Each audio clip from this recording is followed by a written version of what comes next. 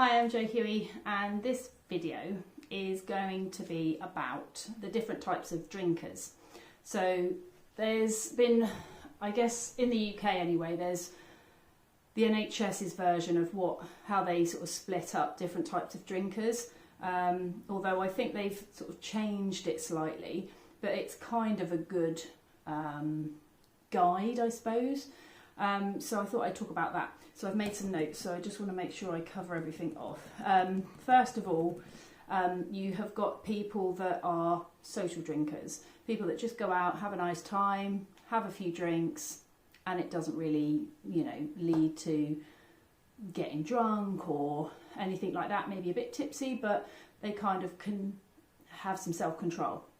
So they'll know when to stop, and they're not particularly drinking for in my opinion, they're not particularly drinking for a reason, in terms of they don't want to feel a certain way and they don't want to numb any feelings. So I'd probably consider myself in that sort of bracket.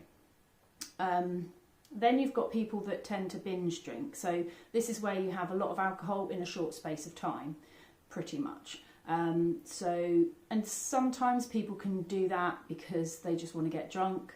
They want to feel a certain way, they want to feel more confident, maybe they have had a bad day and they just want to forget. So that can sometimes people just drink too much at Christmas time or occasions, again in a short space of time. So that's kind of one category, according to the NHS, is the binge drinking, which they would say is harmful drinking. Then we have got people that are more sort of, in the NHS terms, hazardous. So people that are going to be drinking maybe on a regular basis, coming home from work, drinking a bottle of wine, that type of thing. And the main difference between this and binge drinking is, well, two things.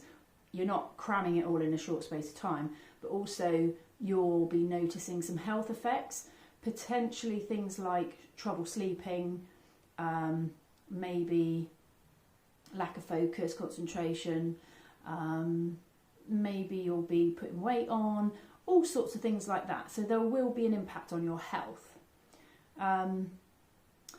Then you kind of go into the realms of dependency. So people that have to drink all the time because they are physically dependent. So that means their body cannot survive without it.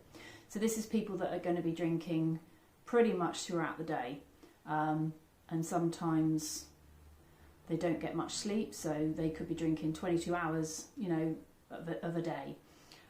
So this is people that will notice significant health impact, and if they were to stop, they would get withdrawal symptoms. They'd be sweating, shaking, they might fit.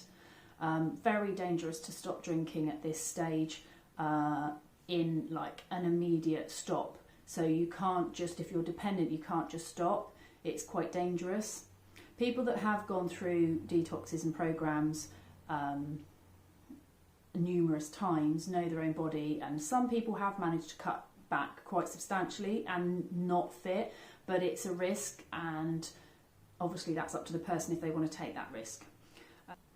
With dependency, it's basically their life, it's their focus, nothing else matters. They begin to become a person that you probably don't recognise, isolating themselves quite a lot, lying, manipulating, making things out like it's your fault, that type of thing. So progressively, if you were to try and address somebody's drinking with them because you're concerned about them, the worst thing you can do is be judgmental and kind of go in with this whole, you've got to stop drinking, that kind of thing, because it generally isn't going to make them feel good about themselves. A lot of people, certainly at the dependency stage, have huge low self-esteem and self-worth, lots of shame, blame, guilt. So they already do that stuff to themselves, a lot of them. So they don't need it from anybody else. And I know it is so hard when you're being affected by someone's drinking to not act in that way. but from experience, it's not helpful. It's actually not helpful to you or them, because they will then, even if they were thinking about drinking, they will probably go the opposite way and be like, sod you, I'm going to carry on anyway. Or they'll just be secretive and they won't tell you about drinking and stuff. So you want to try and have an open communication with them. You want them to be open with you. You don't want them to feel like they have to lie about it. And, you know, approaching anyone, whatever stage of their drinking it's at, it is a sensitive topic, and people won't always see that they have a problem, and they'll be in denial and things like that. So for me, if you are trying to help somebody that's got a drink problem, then the best way to approach it is, of course, with openness, compassion, understanding, and be supportive. Again, this can be really difficult if somebody's at the dependency stage, because you've probably been through quite a lot before you even get to that, you know, by the time they've got to that point.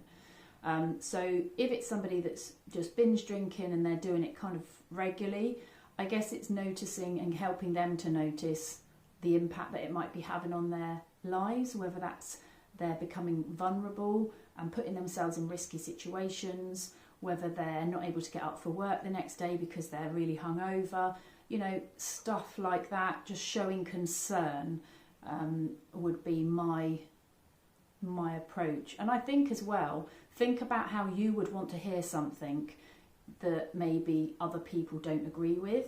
Like if it was something that you had an addiction to and it was having an impact on other people, or just something that, you know, you wouldn't want to give up. How would you want to receive that information? What would be best way for someone to approach you? So I just wanted to make this video relatively short, just to go over the different types of drinking. I'll be doing some extra videos on all the other type of questions I get asked a lot around alcohol misuse and the impact on families. Please subscribe to my YouTube channel and you'll be notified every time I add a new video. And feel free to share. You know, this stuff is important. We need to raise awareness. So the more people that understand and know about it, the better. Thank you so much.